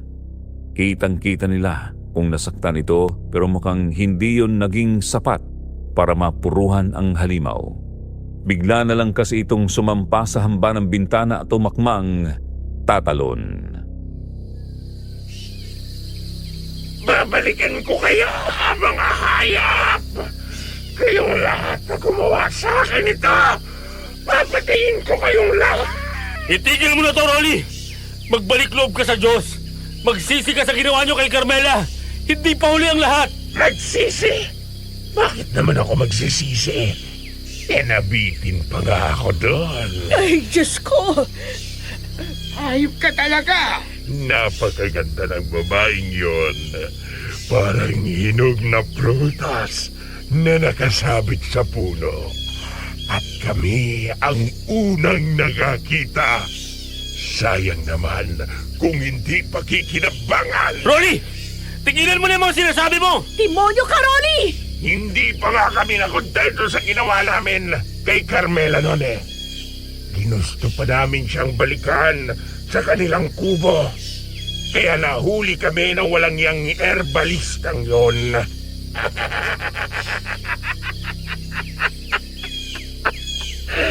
Pero huwag kayo mag-alala dahil may iba na akong gustong makuha. Ganun na lang ang tindi ng kalabog ng dibdib ni Max nang bigla na lang nilingon ni Rolly si Sol. Pagkatapos ay dinilaan pa nito ang sariling labi. Pakiramdam ni Max umakyat na sa ulo niya ang lahat ng dugo niya sa katawan at naikuyom din niya ang kanyang kamao. lalo na nang makita niya ang napakatinding pagnanasa sa mukha ng pinsan niyang ngayon ay isa ng ganap na halimaw. Kaya mo bang matagal na kitang pinagnanasaan, Virtual? Kahit minsan lang kitang nakita noong mga bata pa tayo, hindi ka na nawala sa isip ko. Ikaw ang naging pantasya ko mula noon hanggang ngayon. Kaya hindi ako titigil hanggat hindi kita nakukuha. Babalikan ko kayong lahat! Walang hiya ka, Rolly! Saan ka pupunta? Max, hayaan mo na siya. Huwag mo na siyang habulin. Baka mapahamak ka pa. Pero, Tama, kaibigan mo, iho. Si Tanya lang ang may alam kung paano uhulihin ang isang iyon. Hintayin natin siya. Nabasag ang bintana sa lakas ng pagtalon ni Rolly. Kumalat sa sahig ang bubog. Pumalo sa patak ng dugo mula sa dibdib nitong tinamaan ng bala. Ngunit kahit duguan, malinaw sa mga mata nitong hindi patapos ang lahat. Ilang segundo pa, narinig nila ang malalakas na yabag sa bubong at sa katuluyang nawala ang presensya ng mga halimaw. Saglit na bumalot ang katahimikan.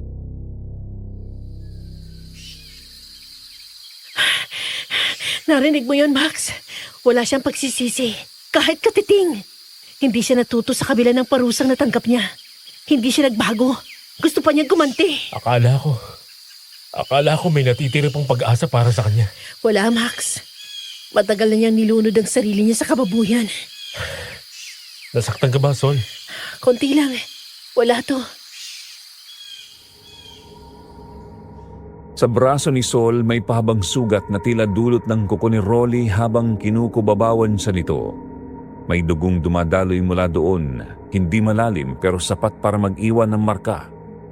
Biglang nagtagis ang mga bagang ni Max at nakaramdam siya ng matinding pag-iinit ng ulo sa nakita. Hindi niya akalaing pati ang matalik niyang kaibigan ay muntik nang masaktan dahil lang sa kagustuhan niyang iligtas ang pinsan niyang yun. Sinaktan ka niya? Gas-gas lang to. Ano ka ba? Hindi ko siya dapat pinakawalan. Dapat hinayaan ko na lang siyang danasin ang kaparusahan niya. Wala kang kasalanan, Max. Meron. Wala. Wala tayong alam, Max.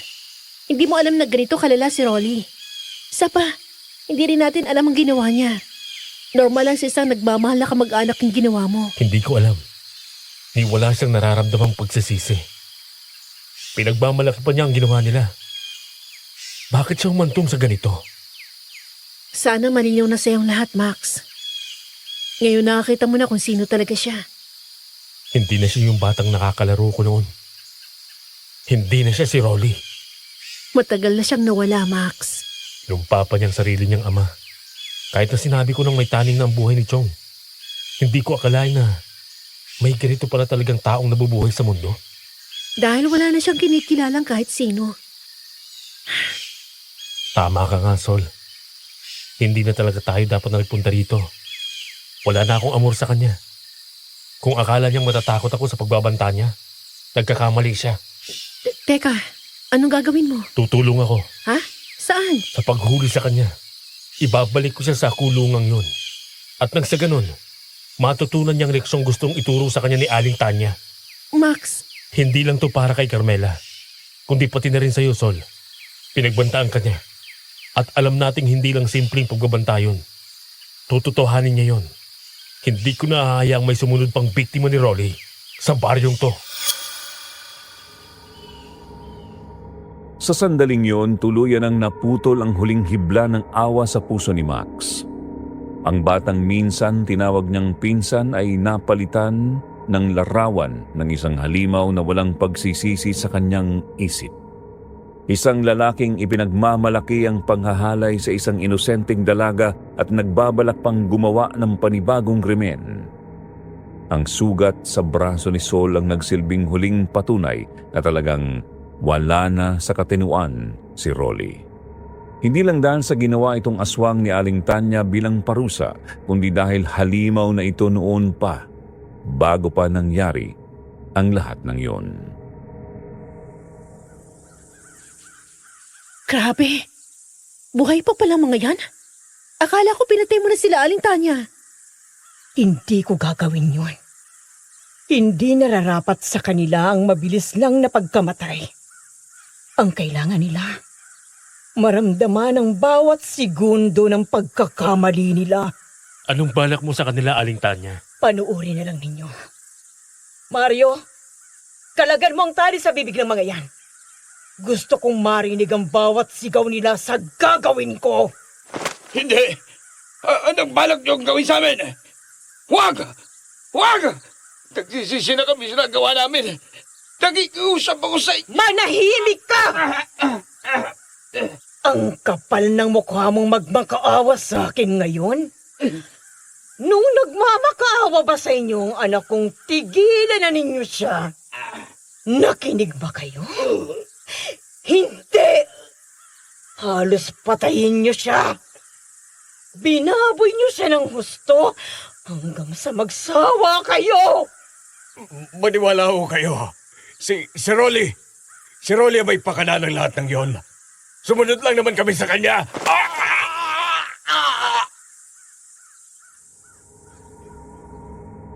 Halos mapapikit sina Sol at Max nang biglang tadyakan ni Mario sa mukha ang isa sa dalawa pang lalaking kasama ni Rolly na nagsamantala kay Carmela. Kitang-kita nila nang sumuka ito ng dugong kulay itim na agad namang humalo sa masaganan nitong laway na parabang hindi na nito makontrol ang pagkayat. Nagpunta ang dalawa kina Aling Tanya matapos makapagdesisyon ni Max na tutulungan niya itong hulihin ang pinsan niya. May ideya naman silang hindi magandang eksena ang aabutan nila doon pero nakaramdam pa rin sila ng pagbaliktad ng sikmura. Kinuha ni Mario ang dalawang kahon sa gilid ng kubo. Nang buksan yun ni Aling Tanya, nakita nilang may mga bote sa loob yun. Ano yan, Aling Tanya? Langis na may halong asin at dinikdik na bawang. May kaunting katas din ito ng isang halamang sigurado akong magpapahirap sa mga halimaw na yan. Ngayong mga ganap na silang aswang, madali ko silang mapapahirapan. Gamit ang mga pangontra at lasong, ako mismo ang magtitimpla. Huwag! Huwag niyo kaming lapitan! Hindi! Hindi kami aswang! Hindi! Akala niyo ba? Si Rolly lang ang may babayaran sa akin? Sisiguraduhin ko ngayong gabi. Pagsisisihan ninyong si Carmela pa, ang anak ng herbalistang kagaya ko, ang napili ninyong babuyin. Namnamin niyo ang galit ko!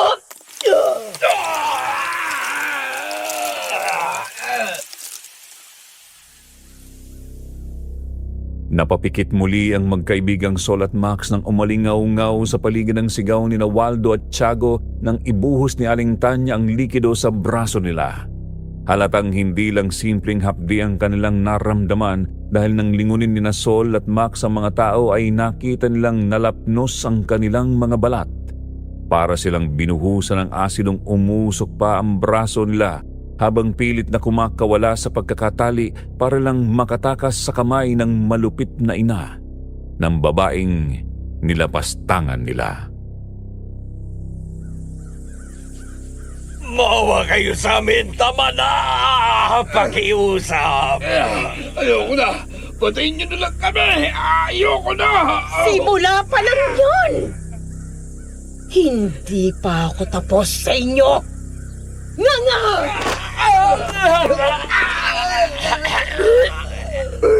Max, lalabas muna. Ayos ka lang ba, Son? Hindi ko alam, Max. Hindi ko na kayang makita pang susunod na mangyayari sa kanila. Sige, lumabas ka na muna. May iwan ako rito. Tiniis ni Max ang panunood sa pagpaparusa sa dalawang kriminal. Napalahod sa saglit dahil sa bigat ng nararamdaman niya ng mga sandaling yun. Habang kitang-kita niya nang ibuhos ni Aling Tanya ang likidong ginawa nito sa mismong bibig ng dalawang halimaw. Kumulo ang balat nila sa lalamunan, pababa hanggang sa dibdib, bago yun umabot sa tiyan. Namimilipit sila sa sakit. Hindi nakala ni Max na nakaya niyang panoorin ang ganoon kabrutal na eksena. Pero sa bawat sigaw nila, bumabalik sa isip niya ang pagbabanta ni Rolly, ang ginawa ng mga ito kay Carmela, ang sugat ni Sol. Tahimik lang si Max habang patuloy ang iyak at paghingi ng tawad ng dalawang kriminal. Alam niyang oras na mahuli nila si Rolly, yun din ang sasapitin ng kanyang pinsan.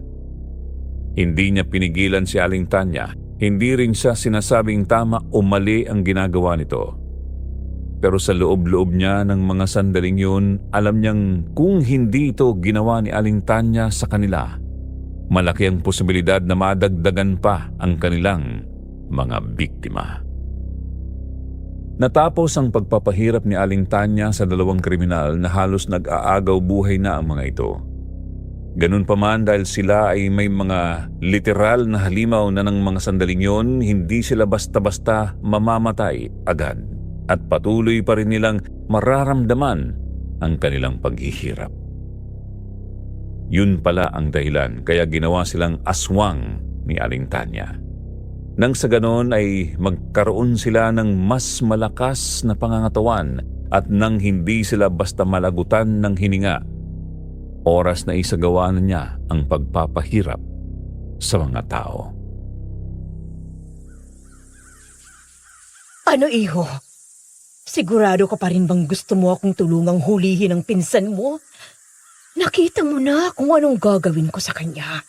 Oras na mapunta ulit siya sa kamay ko. Max, kapag nahuli natin siya, mas malala pa sa ginawa ko sa dalawang yan ang gagawin ko. Siya ang promotor ng lahat.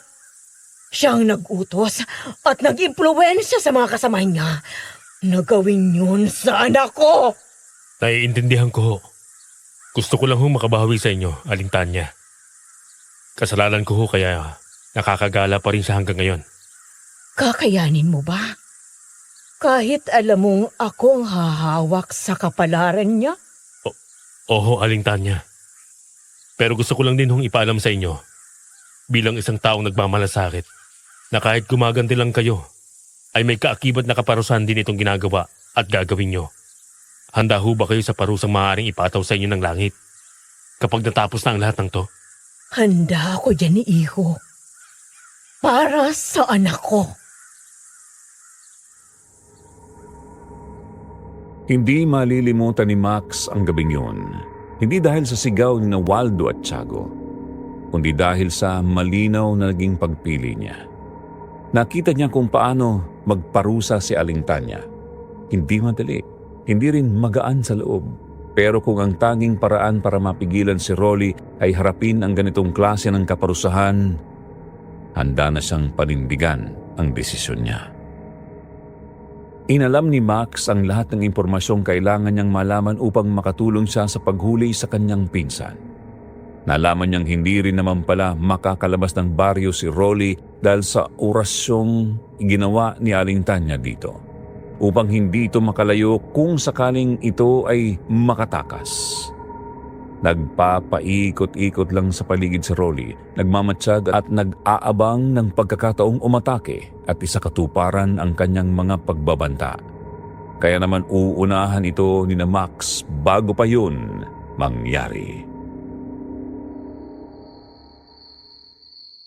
Max, ba't nagmamadali ka? Saan ka pupunta? Gabi na. Huwag kang lalabas ng bahay, Sol. Nakita na raw nila si Rolly. Balak namin siyang hulihin ngayon, kaya dito ka lang. Kasama ni na Mang Obet at Carmela. Max, di mo naman na kailangan gawin to eh. Huwag ka na kayang tumuloy. Umuwi na lang tayo. Kailangan ko munang siguraduhin mahuhuli ni na Aling Tanya si Rolly, Sol. Hindi ako pwede makampante. Natatakot akong baka totohanin niyang banta niya sa'yo. Yung bang dahilan? Kaya mo ginagawa to?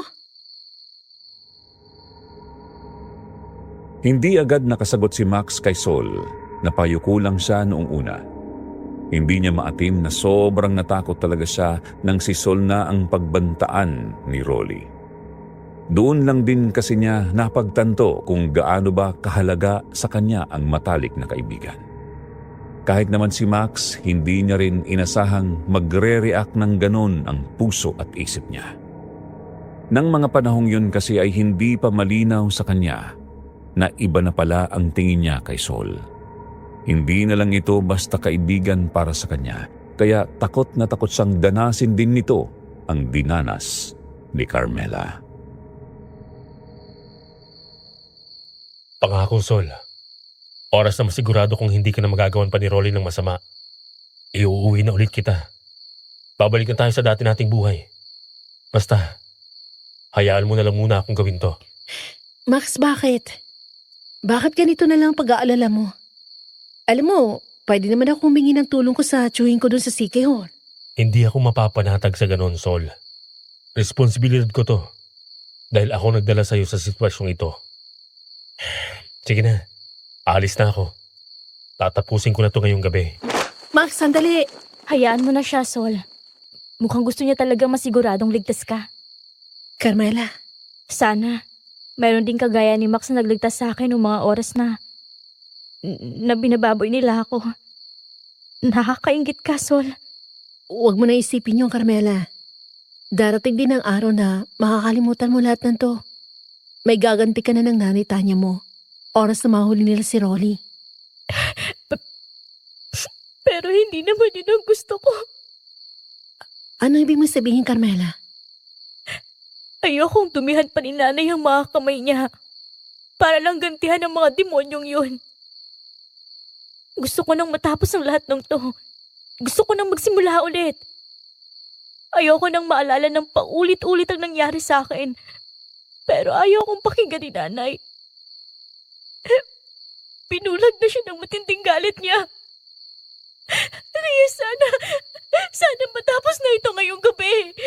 Sana mamatay ng mga walang hiyang yon para bumalik na sa normal ang lahat. Walang kaalam-alam sina Sol at Carmela na narinig ni Max ang buong pag-uusap nila. Dahil doon parabang nagkaroon ng kalinawan ang binata kung ano ba talaga ang dapat pa niyang gawin. Sa isip ni Max, siguro ay iniadya ng Diyos na marinig niya ang hinaing na iyon ni Carmela. Ganon din ang pagpigil sa kanya ni Sol para malaman niya kung ano ba talaga ang dahilan at napunta siya sa sitwasyong yun. Dali-daling nagpunta si Max kung saan sinabi ni Mang Obet na nakita nila si Rolly. Inabutan niyang nagkukumpulan ang ilan sa mga kalalakihan sa baryo. May mga dala silang sulu at iba't ibang klase ng armas. Lahat sila nakatingala sa mga nagtataasang puno. Huwag kang titigil, Mario, hanggat hindi mo nahuhuli ang demonyong yan. Huwag mo siyang papatayin. Kailangan ko siya ng buhay. Mang Obet, ano hong nangyayari dito? Si Rolly ho, nahuli na ba? Nariyan ka na pala, iho. Hindi pa nahuhuli ang pinsan mo. Pero napapalibutan na namin siya. Nagtatago siya dyan sa malaking punong yan. Talagang hindi magpapahuli ng buhay ang pinsan mong iyo. Ganun ho ba? Sandali, iho. Saan ka pupunta? Delikadong sumugod ka na mag-isa, iho. Rolly! Rolly, bumaba ka dyan! Nandito na ako! Halika! Magharap na tayong dalawa! Hoy! Anong ginagawa mo? Itigil mo yan! Hindi ba? At gusto mo makaganti sa akin, insan? Eto na ako! O baka naman naduduwag ka dahil may hawak akong armas dito na siguradong makakapatay sa'yo! Hangal! Tagumpay ang ginagawang pang-iinsulto ni Max kay Rolly. Hindi pa man siya nagtatagal, bigla na lang itong tumalon mula sa pinagtataguan nitong puno at sa isang iglap, bumagsak ito sa harapan ni Max. Galit na galit ang mukha ni Rolly sa kanya. Halatang puno ito ng puot. Lihim na napangiti si Max bago niya binunot ang baril mula sa kanyang tagliran. Ang baril ni Sol na palihim niyang kinuha bago siya umalis sa bahay ni Mang Obet. Yan ang ipinagmamalaki mong armas. Talagang pinapatawa mo ako, ano? Hindi mo ba nakita ang walang epekto sa akin ang pipitsunging baril na yan? Max, lumayo ka sa kanya! Mario! Hulihin mo na! Huwag kayong lalapit! Hayaan niyo ako sa gagawin ko! May usapan tayo, bata. Huwag mo akong pangunahan. Kailangan ako mismo ang pumatay sa kanya. Pero hindi yun ang gusto ni Carmela at Aling Tanya. Ayaw niya ng ginagawa niyo. Hindi niya gustong dumayan pa niyo ang inyong mga kamay. Para lang makapaghiganti sa mga taong to. Anong... Napakarami niyo pang satsat! Ang mabuti pa! Magpatayan na tayo! Bigla na lang dinambahan ni Rolly si Max na naging dahilan upang mabuwal silang dalawa sa lupa. Kinubabawan agad ni Rolly si Max at agad itong ngumanga na tila ba handa na nitong sagpangin ang kanyang leeg. Pero hindi naman na siya nagulat doon. Sa totoo lang, ayun talaga ang kanyang plano, ang magkalapit silang dalawa ng pinsan niya upang maasinta niya ang mismong ulo nito na ayon mismo kay Aling Tanya ay isang nag-iisang kahinaan ng uring aswang na gaya ni Rolly. Napakabilis ng pangyayari. Bago pa maibaon ni Rolly ang mga pangil niya sa leeg ni Max ay nakalabit na niya ang gatilyo. Sabog ang bungo ng kanyang pinsan sa sarili niyang mga kamay. Kitang-kita pa ni Max nang sa huling pagkakataon ay mapatitig sa kanya ang galit na mga mata ni Rolly na unti-unting lumambot. Hindi alam ni Max kung guni-guni lang ba niya yun, pero bago pa bumagsak si Rolly nakita niyang tila ba gumuhit ang pasasalamat sa mukha nito. Anong ginawa mo? Bakit mo Ginawa ko ang gusto ng anak niyong Aling Tanya. Tinapos ko ng paghihirap niya para makapagsimula na ulit kayo ng panibagong buhay. Sana ho makinig kayo sa kanya. Siya ho ang biktima rito, hindi kayo. Walang hiya ka? Hindi ka dapat nakialam! Tanya! Tama na! Inay! Carmela, anak. Inay, tama na ho. Nakikiusap ho ako sa inyo. Patahimikin niyo na ho ang isip ko. Gusto ko na ho bumalik sa dati nating buhay. Ayoko na ho ng ganito. Pero anak, Hindi naman ho may babalik pa ng paghihiganti niyo kung anong nawala sa akin, Inay. Pero kung patuloy niyo ang gagawin to, patuloy lang ho akong mahihirapan. Kaya nakikiusap ho ako sa inyo. Tama na! Tapusin na ho natin to! anak. Patawarin mo si nanay, anak.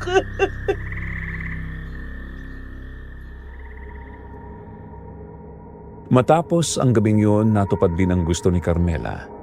Sa wakas ay nahinto na rin ang paghihiganti ng nanay niya. Hindi na nakabangon pa si Rolly matapos siyang barilin ni Max sa ulo. Doon na mismo natapos ang lahat. Hindi man siya nakabalik sa kulungan, ginawa ni Aling Tanya para sa kanya upang harapin ang kanyang parusa. Ang maganda ay hindi na rin siya nakapaminsala pang muli. Pero may isa pang bagay na hindi agad nalaman ng karamihan. Ang totoo kasi bago pa makarating si Max kina Aling Tanya ng gabing yun, nauna na niyang makita sina Waldo at Tiago sa may likod ng lumang bodega. Nagkakagulo pa noon. May mga sumisigaw, may mga nagtatakbuhan, nagtatangkang tumakas sa mga ito. At balak na palang iwan si Rolly. Hindi na nag-atubili pa si Max. Hindi ko na pwede detalye kung paano, pero naging malinaw sa kanya na kapag pinabayaan pa niya ang dalawang yun, baka may susunod na naman silang maging biktima. Kaya bago pa siya dumiretso kina Aling Tanya, tinapos na rin niya ang dalawa. Pagkatapos ng lahat ng kaguluhang yun, hindi na rin nag-ungkat ang mga tao sa baryong yun. Mabilis silang bumalik sa kanilang mga dating buhay. Sapat nang alam nilang wala na ang tatlong lalaking minsang nagbigay ng takot sa baryo. Si Carmela, ilang araw ding hindi lumabas ng bahay pagkatapos ng gabing yun. Naiintindihan naman ng lahat, pero paglipas ng mga linggo nakikita na siyang nakaupo sa may pintuan. Minsan naman ay nagwawalis na siya ulit sa kanilang bakuran. Minsan nakikipag-usap sa kapitbahay. Tahimik pa rin, pero hindi na tulad ng dati na halos hindi mo matingnan sa mata. Hindi na bura ang nangyari, pero kahit papaano, nabawasan ang bigat. Si Aling Tanya naman naging mas tahimik palalo. Hindi na siya nagsalita tungkol sa nangyari. Wala na ring paliwanag, para bang isinara na lang niya ang pinto sa bahaging iyon ng buhay niya. Ang mahalaga sa kanya, wala nang gagalaw pa sa anak niya at hindi na mauulit pa ang nangyari. May mga nagsasabi na parang tumanda sa bigla pagkatapos ng gabing yon. Baka iyon ang naging parusa niya sa ginawa niyang paghihiganti. Ganun pa man ay bumalik siya sa normal niyang sarili. Hindi palakibo at hindi mo basta malalapitan. Ang mahalaga lang hindi na ito gaanong kinatatakutan pagkatapos ng lahat. Samantala ang baryong yun naman ay unti-unting muling naging normal. Nagbubukas ulit ang tindahan tuwing umaga. Naririnig na ulit ang mga batang naglalaro sa kalsada. May mga nagkwekwentuhan pa rin tungkol sa nangyari, pero hindi na takot ang tono nila.